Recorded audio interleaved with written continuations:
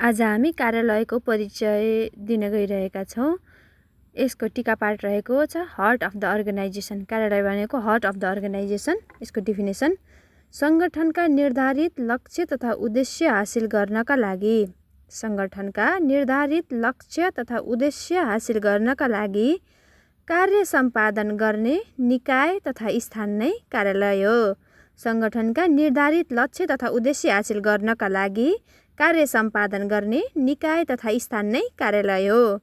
यसलाई सूचना केन्द्र, निर्णय गर्ने ठाउँ र जनसम्पर्क केन्द्रको रूपमा पनि लिन सकिन्छ।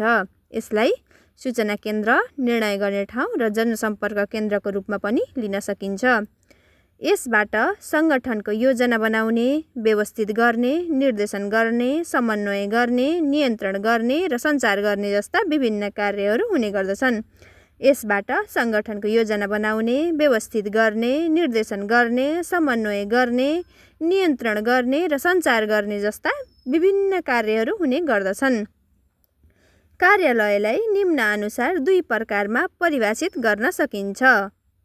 कार्यालयलाई निम्नानुसार 2 प्रकारमा परिभाषित गर्न सकिन्छ र ती के हुन् भन्दा कार्यालय कार्यस्थल हो, अनि अर्को कार्यालय कार्यस्थल मात्र नभएर आफैमा कार्य पनि हो।